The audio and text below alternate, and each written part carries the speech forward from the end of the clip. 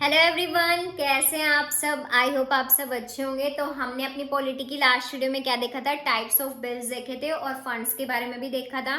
तो आज की वीडियो में हम देखेंगे कमेटीज कौन कौन सी होती है पार्लियामेंट में। तो चलिए स्टार्ट करते हैं।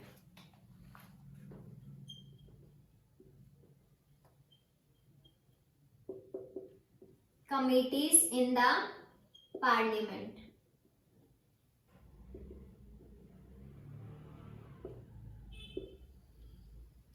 तो देखो हमारी कमिटीज कितनी तरह की होती है, 3 तरह की हमारी कमिटीज होती हैं। और वो कौन कौन सी होती है, पब्लिक अकाउंट कमेटी, और सेकंड होती है हमारी एस्टिमेट्स कमेटी,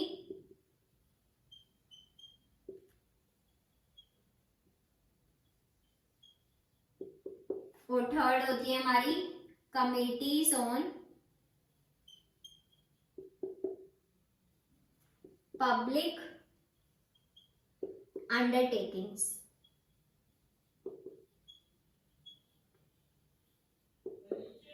ये देखो जो पब्लिक अकाउंट कमेटी और एस्टिमेट कमेटी होती है हमारी, इन दोनों कमेटी को हम क्या बोलते हैं, सिस्टर कमेटी भी बोलते हैं, सिस्टर कमेटी। और क्या बोल सकते हैं, ट्विन्स भी बोल सकते हैं हम इन दोनों को। और ये तीनों हमारी कौन सी कमेटी होती है, मतलब कि फाइनेंशियल से रिलेटेड होती है। ये हमारी मतलब खर्चे से रिलेटेड है। तो ये तीनों हमारी किस में आती है, फाइनेंशियल में आती है।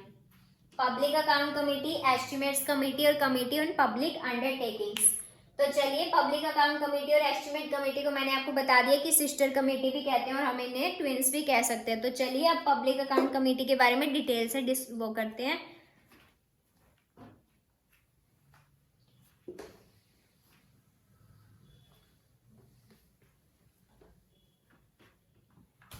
देखो पब्लिक अकाउंट कमेटी में सबसे पहले मेंबर्स देखते हैं हम कितने होते हैं। इसमें मेंबर्स होते हैं 22।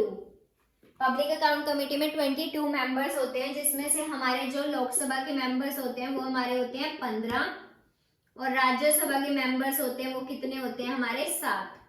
तो देखो पब्लिक अकाउंट कमेटी में जो मेंबर्स होते हैं वो 22 होते हैं, 15 लोकसभा से होते हैं और 7 क्या होते हैं, राज्यसभा से होते हैं। तो अब देखो जो हमारा जो पब्लिक अकाउंट कमेटी का चेयरमैन होता है वो कौन बनता है, वो बनता है हमारी अपोजिशन पार्टी का जो मेंबर होता है उससे बनता है, अपोजिशन पार्टी मेंबर। चेयरमैन कौन बनता है, जो अपोजिशन पार्टी का मेंबर होता है। और इस चेयरमैन को चुनता कौन है, इसको चुनता है जो हमारा स्पीकर ऑफ द लोकसभा होती है, स्पीकर ऑफ द लोकसभा। वो क्या करता है, स्पीकर ऑफ द लोकसभा किसको चुनता है, हमारे चेयरमैन को अपॉइंट करता है। स्पीकर ऑफ द लोकसभा जो है वो चेयरमैन को अपॉइंट करता है। वो अपोजिशन पार्टी का मेंबर होता है। जो पब्लिक अकाउंट कमेटी है इसमें भी दोनों पार्टी होती है, रूलिंग पार्टी और अपोजिशन पार्टी। और इसका जो मेंबर बनता है वो मतलब हमारा हमेशा ही अपोजिशन पार्टी का मेंबर बनता है। और उसको चुनता कौन है, हमारे स्पीकर ऑफ द लोकसभा। जो हमारे लोकसभा का स्पीकर होता है वो इसको चुनता है, वो 1 साल के लिए ही चुनता है इसको। और अपोजिशन पार्टी का मेंबर होता है जो हमारा चेयरमैन होता है। तो आपको इतनी चीज याद रखनी है। पब्लिक अकाउंट कमेटी में हमारे 22 मेंबर्स होते हैं, जिसमें से 15 मेंबर्स हमारी लोकसभा के होते हैं और 7 मेंबर्स हमारी राज्यसभा के होते हैं। और इसका जो चेयरमैन होता है वो अपोजिशन पार्टी का मेंबर होता है। वो स्पीकर चुनता है, लोकसभा का होता है जो हमारा, वो 1 साल के लिए चुनता है इसको। इतनी चीज आपको याद रखनी है। और आप देखो आगे क्या होता है इसमें।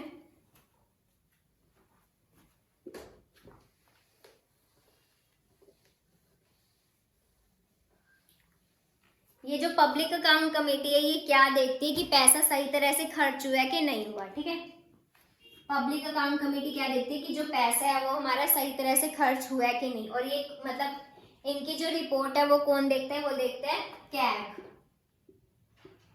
ये कैग क्या होती है, कंट्रोलर ऑडिटर जनरल। ये क्या करती है, रिपोर्ट किसके पास भेजती है, पार्लियामेंट के पास रिपोर्ट भेजती है। कि कैसे रिपोर्ट भेजती है, कि मतलब जो पैसा कहाँ खर्च हुआ है कहाँ नहीं खर्च हुआ है, ये रिपोर्ट प्रॉपर ये बनाती है। ये रिपोर्ट फिर किसके पास भेजती है, पार्लियामेंट के पास भेजती है, और पार्लियामेंट फिर आगे रिपोर्ट किसके पास भेजती है, पब्लिक अकाउंट कमेटी के पास भेजती है।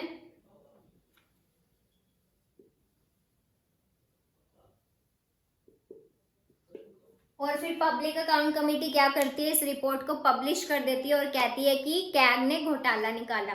कि मतलब कैग ने क्या कर दिया, रिपोर्ट भेजी पार्लियामेंट को, पार्लियामेंट ने किसके पास भेजी, पब्लिक अकाउंट कमेटी के पास भेजी, और पब्लिक अकाउंट कमेटी ने क्या कर दिया, रिपोर्ट को पब्लिश कर दिया। तो पब्लिक अकाउंट कमेटी का यही काम होता है कि पैसा सही तरह से खर्च हो रहा है या नहीं हो रहा है, और जो ये काम करती है वो कैग करती है कि रिपोर्ट को बताती है, और उसके बाद वो रिपोर्ट पार्लियामेंट के पास भेजती है, और पार्लियामेंट से वो रिपोर्ट आती है पब्लिक अकाउंट कमेटी के पास, फिर पब्लिक अकाउंट कमेटी उस रिपोर्ट को क्या कर देती है, पब्लिश कर देती है। तो ये हमारा public account committee, I hope आपको अच्छे से समझ आ गया होगा। अब हम चलते हैं अपनी एस्टिमेट्स कमेटी भी, और इसमें मैंने आपको बता दिया टोटल मेंबर्स भी कितने होते हैं हमारे, और जो चेयरमैन बनता है वो अपोजिशन पार्टी का मेंबर बनता है, 1 साल के लिए बनता है। और इसमें जो क्या होता है, पब्लिक अकाउंट कमेटी रिपोर्ट कब पब्लिश करती है, जब उनको पार्लियामेंट से वो रिपोर्ट मिल जाती है, जब कैग पार्लियामेंट के पास भेज देती है, उसके बाद वो क्या बोलती है कि कैग ने घोटाला निकाला। तो अब हम चलते हैं अपनी एस्टिमेट्स कमेटी पे।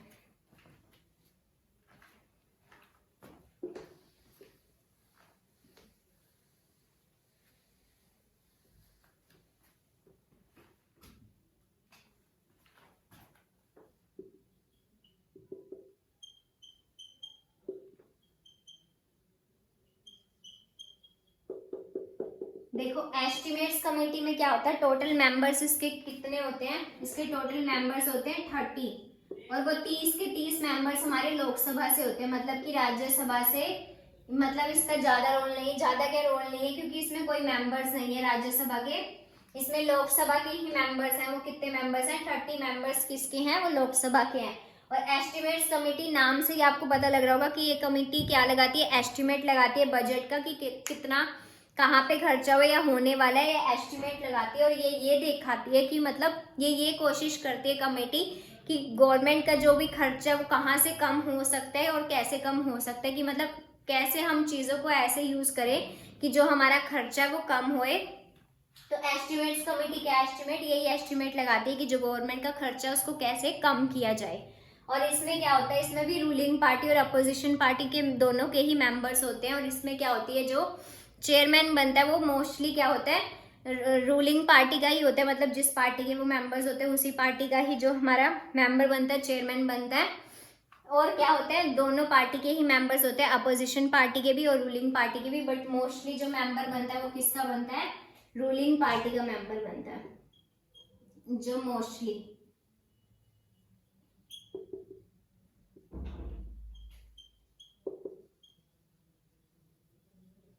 ऐसा नहीं है कि अपोजिशन पार्टी का मेंबर हमारा चेयरमैन नहीं बन सकता, वो भी बन सकता है, बट क्या होता है, जो जनरली हमारा रूलिंग पार्टी का ही मेंबर बनता है इसमें। और उसमें क्या था, उसमें हमेशा ही अपोजिशन पार्टी का मेंबर बनता है पब्लिक अकाउंट कमेटी में हमारा, उसमें भी रूलिंग पार्टी के मेंबर्स होते हैं, बट उसमें सिर्फ अपोजिशन पार्टी का ही मेंबर हमारा चेयरमैन बन सकता है।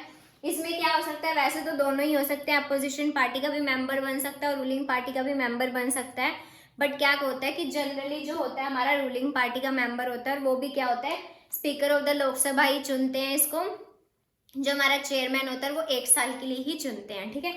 उसके बाद देखो एस्टिमेट्स कमेटी में हमारा इतना ही था कि ये देखते हैं कि गवर्नमेंट का खर्चे को कैसे हम कम कर सकते हैं। और इसमें क्या होता है कि 30 मेंबर्स होते हैं, और उस 30 के 30 ही लोकसभा से होते हैं, राज्यसभा का इसमें एक भी मेंबर नहीं होता। और इसका जो मोस्टली क्या होता है, रूलिंग पार्टी का मेंबर बनता है, और बाकी वही चीज़ है कि स्पीकर का जो लोकसभा का स्पीकर होता है वही चुनता है हमारे चेयरमैन को, और 1 साल के लिए चुनता है। तो चलिए अब लास्ट देखते हैं हमारा कमेटी ऑन पब्लिक अंडरटेकिंग्स क्या था। हमारी थर्ड कमेटी क्या थी, कमिटीज ऑन पब्लिक अंडरटेकिंग्स।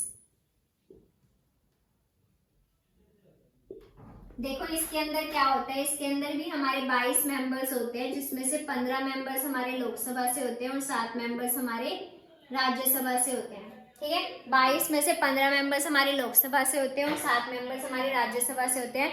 और ये कमेटी क्या देखती है कि जो हमारे पब्लिक के अफेयर्स हैं वो अच्छे से मतलब एग्जामिन करते हैं उनको, कि काम जो है वो अच्छे से तरीके से हो रहा है या नहीं हो रहा है।